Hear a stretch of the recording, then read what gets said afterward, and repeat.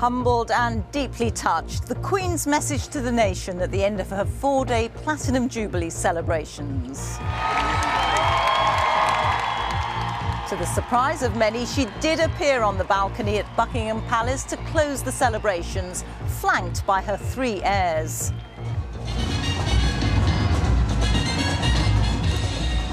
Prince Louis lapped up the proceedings. A colourful pageant closed the celebrations. It marked each of the Queen's decades on the throne. Tens of thousands of street parties also took place across the UK, even though many had to wrap up against the weather. Despite the rain, everyone's got a smile on their face and everyone's just happy, full of energy as well. It's brilliant. And also coming up on tonight's programme,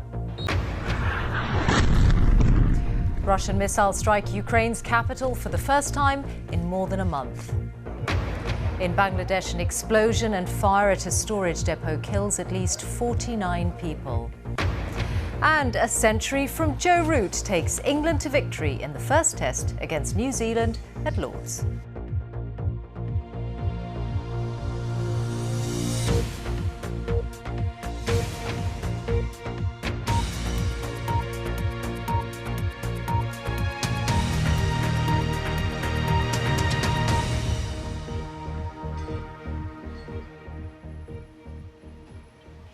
Good evening from Buckingham Palace, where the Queen has most sincerely thanked the many people who thronged the streets to celebrate her Platinum Jubilee. In a statement from the palace, Her Majesty said that she was humbled and deeply touched and remained committed to serving the British people to the best of her ability, supported by her family.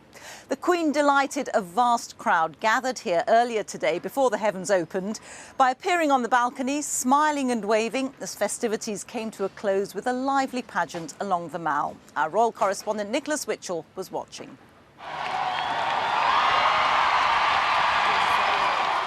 The closing moments of a memorable Jubilee celebration. Back onto the palace balcony came the Queen, accompanied by Prince Charles and the Duchess of Cornwall and the Cambridges. 1 current and 3 future monarchs, Charles, William and George. It was the image which the crowds had been hoping to see, an image which emphasises the institution's continuity. A monarch who's reigned for 70 years, looking to the future and offering reassurance.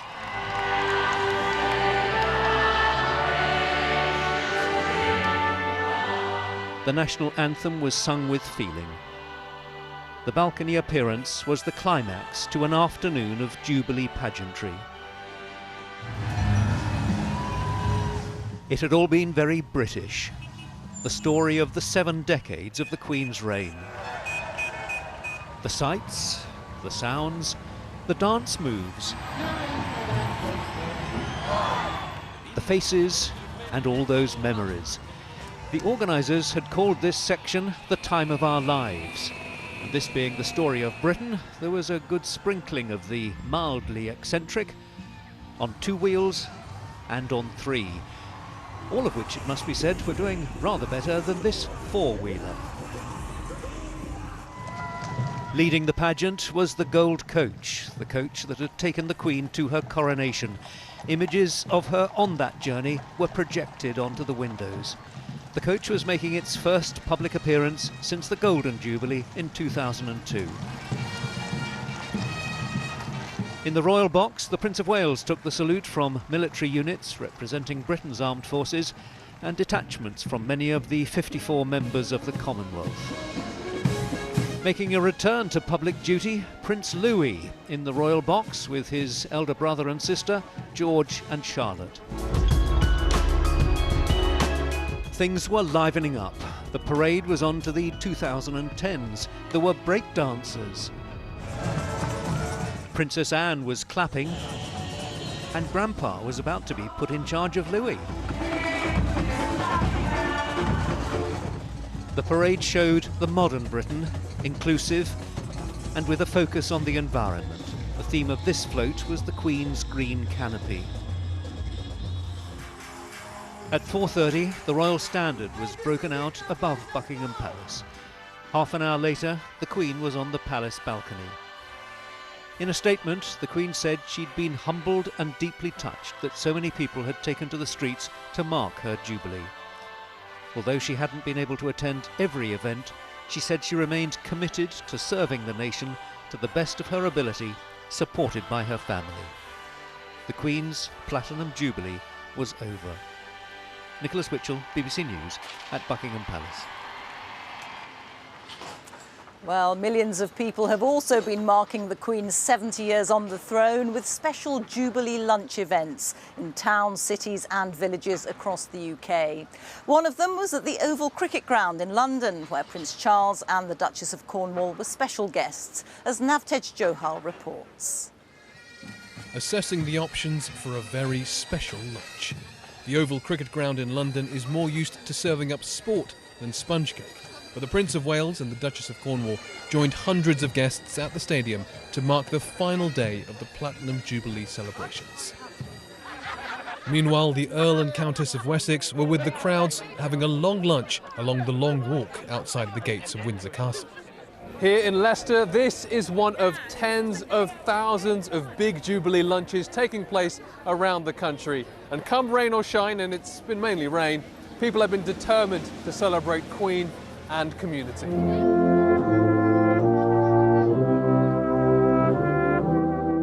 I'm glad I'm here. God bless you. God bless the Queen. God bless this nation. So despite the rain, everyone's got a smile on their face and everyone's just happy, full of energy as well. It's brilliant. She's a good queen and she takes care of all of us and the whole entire world.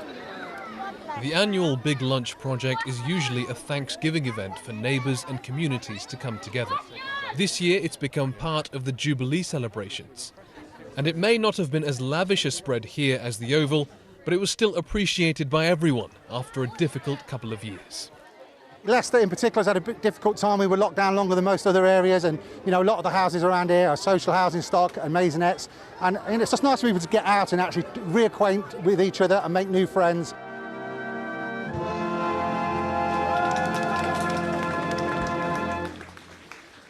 This was very much a national celebration. In Morecambe, there was an attempt to break the record for the largest Jubilee street party.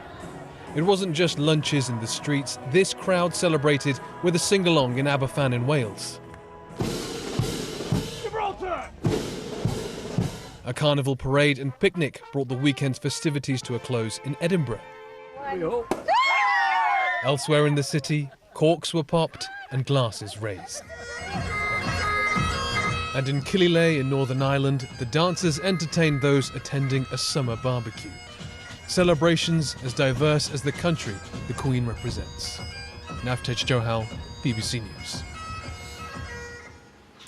Well, that's it from me for the moment, but I'll be back with more from Buckingham Palace a little later in the programme. For now, it's over to Mishal in the studio. Reeta, thank you very much. Wales are on their way to a Football World Cup for the first time in 64 years. It happened in Cardiff this afternoon in a qualifier against Ukraine, and thanks to a free kick from Gareth Bale. Well, Howell Griffith was at the game and joins us now from Cardiff. Howell. Mishal, yes, for 15 tournaments in a row, Wales have had to watch the World Cup from afar. Tonight, then, was a chance to change all that, but first they had to beat Ukraine, a nation which has endured so much in recent months, and a team, it's fair to say, had most neutral football fans around the world egging them on. An opportunity, then, for both teams to make some history. Being a football supporter is about savouring success, learning to deal with defeat. Add solidarity with Ukrainian opposition, and Cardiff was a heady mix of emotions. But only one team could claim a place in Qatar. The first minutes brought a flurry. Ukraine put the ball in the back of the net, but the nerves didn't settle. Wayne Hennessy was kept busy. But then up stepped Wales's captain, Gareth Bale, delivering with a deflection. Oh, could Gareth Bale? But that would have been too easy. Instead, Wales had to put their bodies on the line and keep their hands on a lead that sends them to their first World Cup. It's just an unbelievable occasion as well, isn't it? The reward at the end is there for them. To celebrate that with the supporters, things like this will stay with you forever. This is the best moment of my footballing career, without doubt. For Ukraine, it was a step too far after such a difficult journey. Feel a bit like the weather. Wasn't what we came for, but well done, Wales. But the team has done Ukraine proud? They have, and they put a smile on our faces, at least for a little bit. But for these fans, the next step is finding a flight to Doha. It has lifted the entire Welsh nation, and we are delighted. Bendigedig, Cymru. You're booking new flights to Qatar now then? Yes, we certainly are. Definitely. All the way to the World Cup? All the way to the win. All the way. The world may have willed on Ukraine, but it's Wales which has claimed a piece of history and a place on football's global stage. Well, the last time Wales played at World Cup in 1958, they came up against a young Brazilian who came to be known as Pelé. This time, they know they'll face Iran, USA and England in their group. An opportunity for a golden generation of Welsh footballers to show the world what they can do. Howell, thank you. Howell Griffith there in Cardiff. Well, in Ukraine, the capital, Kiev, has come under Russian attack for the first time since the end of April, with missiles striking several areas. Russia has been focusing its attention on the eastern Donbas region, but President Putin warned today that new targets would be struck if Western countries arm Ukraine with longer-range weapons. From Kiev, here's our correspondent, Joe Inwood. Multiple blasts shattering the peace of Sunday morning in Kyiv. For the first time in more than a month, Ukraine's capital came under fire. Now, this is one of two sites that was hit by Russian missiles in the early hours of this morning. The Russians say they were targeting T-72 tanks donated by Eastern European countries. But the Ukrainians say this was actually a railway repair facility, and they're quite keen to show the world's media that that's what the Russians were hitting. In his nightly address, delivered before this morning's strikes, President Zelensky described the scale of the attacks from above. As of this morning, the total number of various Russian missiles used against Ukraine is 2,503. Much of the damage to Ukraine has happened in the east of the country, the area known as the Donbas. In the town of Soledar, not far from the front, people there were also dealing with the aftermath of a missile strike. One man blamed the proximity of Ukrainian soldiers to his house. They need to withdraw the troops away from the city, Vitaly said, because if they are standing here, the Russians will hit civilians. Those troops are nearby defending their territory. The city of Severodonetsk is the current focus of Russia's offensive. It had been thought the city was all but lost to the Ukrainians. But then, over the last 24 hours, they say they have launched a successful counterattack. Our chances of retaking the city are high. Severodonetsk is of symbolic importance only, not militarily or strategic. Lysychansk is much more important because it is located on the hill. It is easier for the military to defend and strike. All the while, the Donbas continues to empty. People in towns like Slovyansk know that as long as Russia is on their doorstep, they will not be safe if they stay. Joe Inwood, BBC News, Kyiv. Hundreds of firefighters and the army in Bangladesh are trying to put out a huge fire near the port of Chittagong, which began after an explosion at a container depot. 49 people are known to have died. The number of injured means that the final death toll could be significantly higher. From Chittagong, Akbar Husain sent this report. Explosions continued throughout the night as the fire raged. It was the initial blast which was the most devastating. Hundreds had arrived to tackle a fire at the storage depot when a number of containers thought to contain chemicals such as hydrogen peroxide exploded. Survivors spoke of being blown off their feet and engulfed in flames. Dozens were killed, including firefighters. I can see a lot of ambulances are parked here to carry the dead bodies to the nearest hospital. More than 200 firefighters have been deployed to defuse fire. Army has been called in to assist them. Hospitals were quickly overrun with the injured, many of them badly burned and in a critical condition. As the day broke, firefighters continued to struggle with the blaze as the scale of the devastation became clear. It's likely the death toll here will rise in the coming hours and days. Akbar Hussain, BBC News, Chittagong. Here, there was more disruption at airports today, with EasyJet among the airlines cancelling flights just as many passengers were trying to return after half-term breaks. Airlines had asked the government for special visas to recruit staff from overseas. That's been rejected, but the Transport Secretary says he'll work with the industry to ensure disruption doesn't continue into the summer. Our business correspondent Ben King reports. After enjoying the sun in southern Turkey, the Grangers were due to arrive back at Gatwick in the small hours of this morning. But after 3 hours waiting at the airport in the middle of the night, their flight was cancelled and they were taken back to another hotel. The only flight back out with EasyJet is next Thursday.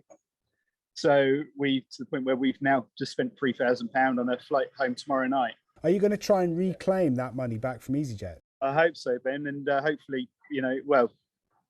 that might be another story yet. Theirs is one of 80 flights EasyJet has had to cancel today. Passengers returning from Spain, France and Portugal are among those affected. Gatwick has seen cancellations of BA and Wizz Air flights too, and some other UK airports have also seen disruption. Bad weather and air traffic control problems have contributed, but EasyJet blames a challenging operating environment. Aviation and travel has suffered from a lack of financial support during the pandemic and consequently lost a lot of key roles, a lot of staff. And now we have extra holidays, we have the Jubilee, we've also got the half-term holiday, and we have the new summer holiday season beckoning. Now, these problems won't be fixed quickly. It takes 3 to 6 months to hire new staff. The Transport Secretary said this morning he would do absolutely everything possible to prevent problems this summer, but that hiring workers from abroad wasn't the answer. Let's have lots of different measures to help alleviate the situation with the industry, working closely with the industry to do that as well. The answer can't always be to reach for the lever marked more immigration. In fact, as I said, in Europe they've got exactly the same problems. Holiday makers looking forward to a getaway this summer will be hoping those measures work. Ben King, BBC News. MPs will be back at Westminster tomorrow amid growing speculation that Boris Johnson could face a confidence vote among his own MPs this week. Let's join our political editor, Chris Mason, who's in Westminster now. How is it looking for the Prime Minister, Chris? He's looking like he's in considerable danger. I've spent the afternoon and evening on the phone to Conservative MPs from the Cabinet down, and there are two very noticeable things. Firstly, there would be no surprise amongst the vast majority of Conservative parliamentarians if there was a trigger, meaning that there was a vote of confidence as soon as this week. That doesn't mean, though, it will definitely happen. The other thing that's quite striking is that Conservatives are pretty gloomy, and this unites them, whether they are big supporters of Boris Johnson, want to see Boris Johnson gone, or they're somewhere in between. So take those who would like to see Boris Johnson gone. They often say they simply don't think they can win a general election with him still in power. And they'll often make reference to 1997, the worst year in the modern history of the Conservative Party, with Tony Blair's landslide Labour majority. You also hear references to 1997 from those who are desperate to see Boris Johnson stay in place. They say that what voters are seeing at the moment is an orgy of speculation. They're seeing a cabal of infighting MPs, and the electorate don't like that. So from both sides of the argument, you see this real gloom. Quick reminder of the rules: 15% of Conservative MPs, that's 54, need to request a vote of confidence for it to happen. The only person who knows how many people have made that request is Sir Graham Brady, senior Conservative backbencher. He is discreet.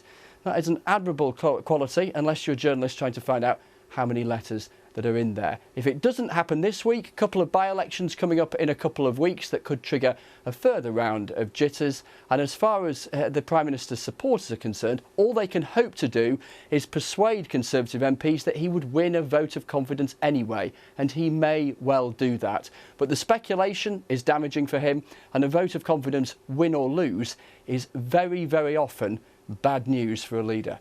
Chris, thank you. Now to cricket, and England's men have had their first Test victory for quite a while, led by a century from Joe Root. Chasing a target of 277 runs, England beat New Zealand by 5 wickets in the first Test at Lord's, as Joe Wilson reports. Sunday morning and all things possible. A Test match at its best, super intense. Captain Ben Stokes knew all he could do was watch. Every run mattered. 4 from Ben Foakes, a leap forward. Just 42 more to win now. Everyone in the ground was counting the score and counting on the batters who remained. But who else would you want out there for England but Joe Root, the calmest man at Lord's? New Zealand needed 5 wickets. Time was slipping by. Time for Root to reach 100 in this innings, to reach 10,000 runs in his outstanding Test career. But right here, the partnership with Foakes was worth even more because it kept the door closed on New Zealand. The very hardest thing to do is to make it look easy. The most demanding of situations became a masterclass from one of the all-time greats, winning the Test like that. I think it's just a really important thing for the team to remember what winning's like again. It's felt like a very long time. It's always been talked about a huge amount, and just can breed so much confidence, and it can run through the rest of the group. Well, remember, this was more than just the first test of the new summer. For England, they hoped this was the start of a new test match era. Some called it a reset. The captain preferred the term blank canvas. Well, thanks to the former skipper, Joe Root, here's an image to inspire England onwards. Joe Wilson, BBC News. Rafael Nadal has won the French Open for a 14th time after beating Norway's Casper Ruud in straight sets. Nadal's won this tournament more times than any man in history. Despite recent injury problems, he dominated his young opponent to extend his record number of Grand Slam titles to 22. Northern Ireland have taken their first point in this season's Nations League following a disappointing goalless draw away to Cyprus. Now, let's go back to Reeta now at the Palace. Reeta. Mishal, thank you very much. Well, our royal correspondent Nicholas Witchell is with me. Nick, it has been such a significant few days. What will these celebrations mean for the royal family? It's been a much-needed national celebration. That's a very positive thing. The Queen has said in her statement tonight that she hopes that this sense of togetherness will continue for years into the future. Now, overall, I think, of course, it has confirmed the huge regard in which she is felt, regarded, but we hardly need that confirming. The downside of all of that, of course, is that it is potentially a much more daunting challenge for her successor. The bar has been raised even higher. I think the Queen is very much aware of that. I think the message of the balcony appearance was one of confidence in her heirs, in Charles in particular. Confidence by the Queen that the monarchy will be safe in his or their hands whenever the time comes. I think the uncertainties about the future of her reign have been underlined. There's no need to spell out why that is, other than to say that clearly she is now more frail physically, but according to people who know her, mentally she is still very sharp, and I think we saw that particularly in the Paddington Bear skit.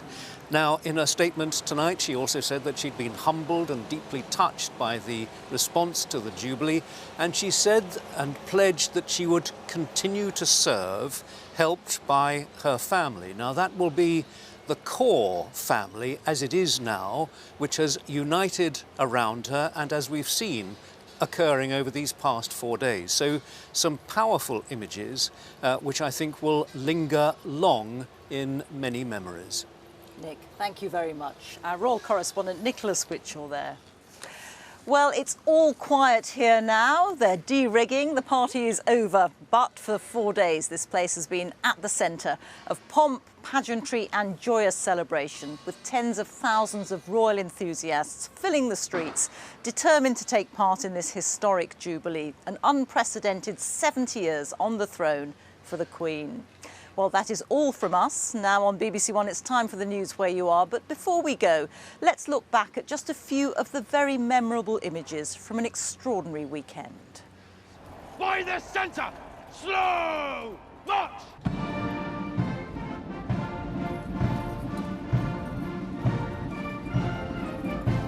God save the Queen!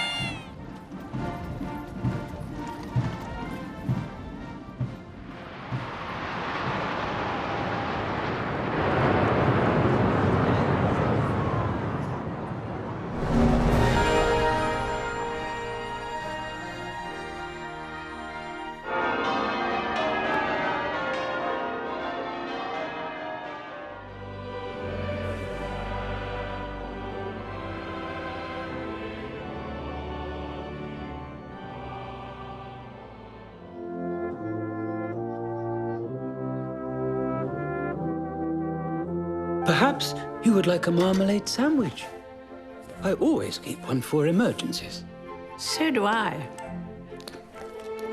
I keep mine in here.